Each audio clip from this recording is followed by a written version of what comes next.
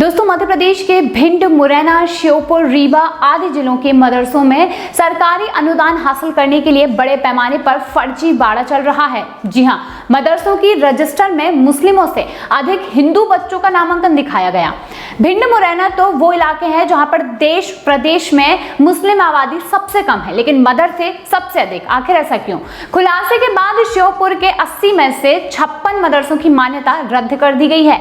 Report के मुताबिक जिस हिंदू बच्चों का दाखिला मदरसे में दिखाया गया है वे सरकारी या फिर प्राइवेट स्कूलों में पढ़ते हैं। ये कभी मदरसा गए भी नहीं है। इन बच्चों के माता पिता को भी नहीं पता है कि उनके बच्चों का नाम मदरसों में दर्ज कराया गया है।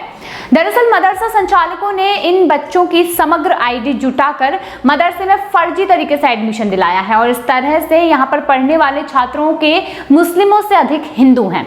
ये सारा मामला राज्य सरकार से मिलने वाले फंड को लेकर है। मध्य प्रदेश में सरकार की ओर से ये मदरसों में पढ़ने वाले 100 बच्चों के लिए हर महीने 50,000 रुपए से 60,000 रुपए तक की मदद दी जाती है। इसके अलावा भी मध्य प्रदेश की सरकार की ओर से इन मदरसों को कई अन्य जगह की मदद दी जाती है। इनमें शिक्षकों को तनख्वाह से लेकर अनाज भी शामिल है। अगर किसी मदरसे में 100 बच्चे हैं और हर महीने उनकी उपस्थिति 70% रहती है तो फिर 2 क्विंटल गेहूं खाना बनाने के लिए 11,440 रुपए, रसोइये को देने के लिए 4,000 रुपए का महीना जैसी सुविधाएं मिलती हैं। इसके अलावा इन मदरसों में पढ़ाने वाले स्नातक शिक्षकों को 3,000 रुपए और पोस्ट ग्रेजुएट को 6,000 रुपए मासिक का वेतन मिलता है। भिंड के बीटीआई रोड इलाके में संचालित मदरसा हुसैनी फॉर ओनली गर्ल्स में कुल 77 बच्चे हैं। इनमें 44% हिंदू हैं। भिंड के 11 महावीर नगर में बीटीआई स्कूल के पीछे अलीमुद्दीन के मकान में संचालित मदरसा दीन ए अकबर और Husaini program for only girls में 83 विद्यार्थी हैं, जिनमें 53% हिंदू हैं।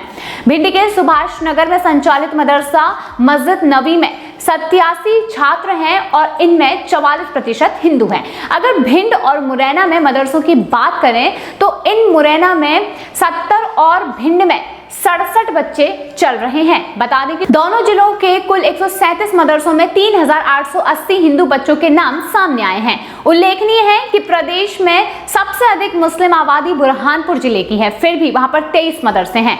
ये फर्जीवाड़ा अनुदान और मिड डे मील का अनाज एवं पैसा हड़पने के लिए किया जा रहा है। वहीं श्योपुर जिले के मदरसों में हिंदू बच्चों के नाम सरकारी मदद लेने के खुलासे के बाद मंगलवार को यहां से 80 में से 56 मदरसों पर यह कड़ी कार्यवाही की गई। इनकी मान्यता रद्द कर दी गई है और इसके साथ ही स्कूली शिक्षा मंत्री राउदे प्रताप ने सभी जिलों में संचालित मदरसों की भौतिक सत्यापन की जांच में तेजी लाने के लिए निर्देश दिए हैं। यहाँ पर कई ऐसे छात्र हैं जिनका नाम साल 2004 में भी दर्ज था और फिर 2018 में और फिर 2023 में भी उनका नाम शामिल किया गया। यहाँ के मदरसे में छात्र के रूप में एक नाम मानव गोयल का भी शामिल है, जो कि सॉफ्टवेयर इंजीनियर है। बता दें कि प्रिया मित्तल डॉक्टर हैं, ज्योत्सना गोयल भी डॉक्टर हैं और इनका भी नाम इन मदरसों में दर्ज है। ऐसे में अनेकों नाम उन पर जिन पर सरकार से अनुदान और खाद्यान्न लिए जा रहे थे। अधिकारियों का ये कहना है कि अकेले श्योपुर जिले के मदरसों से पिछले 5 वर्ष की रिकवरी की जाए तो सरकार को इनसे लगभग 125 करोड़ रुपए की रिकवरी सरकार को करनी पड़ेगी। अगर पूरे प्रदेश की बात की जाए तो ये रकम हजारों करोड़ रुपए तक पहुंच जाएगी। बताते चले कि मुरैना में 68 मदरसों में 2068 हिंदू बच्चे, भिंड के 78 मदरसों में 1,812 हिंदू बच्चे, रीवा के 111 मदरसों में 1,426 हिंदू बच्चे हैं। दरअसल मध्य प्रदेश के 1,505 मदरसों में हिंदू बच्चों के इस्लाम की शिक्षा लेने की जानकारी सामने आने के बाद राष्ट्रीय बाल आयोग यानी कि NCPCR ने हस्तक्षेप किया था। संस्थान के अध्यक्ष प्रियंका कानूनगो ने इसके जांच के आदेश दिए थे। जांच के बाद इसका खुलासा हुआ है। वहीं कानूनगो का ये कहना है कि राज्य के मदरसों में 9,400 से ज्यादा हिंदू बच्चे दर्ज हैं।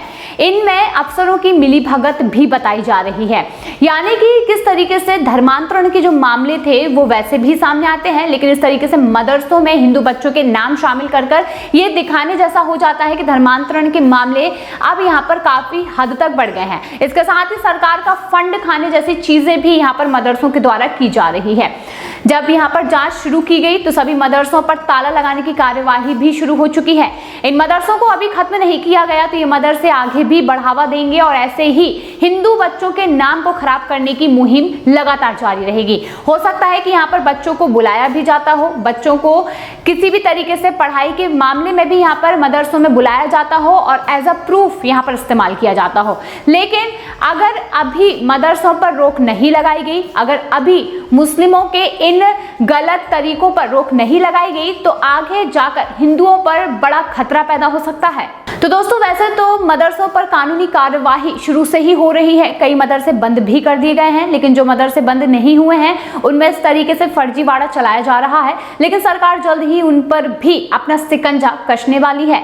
तो दोस्तों, आप इस विषय में क्या कुछ सोचते हैं, कमेंट सेक्शन में जरूर बताइए।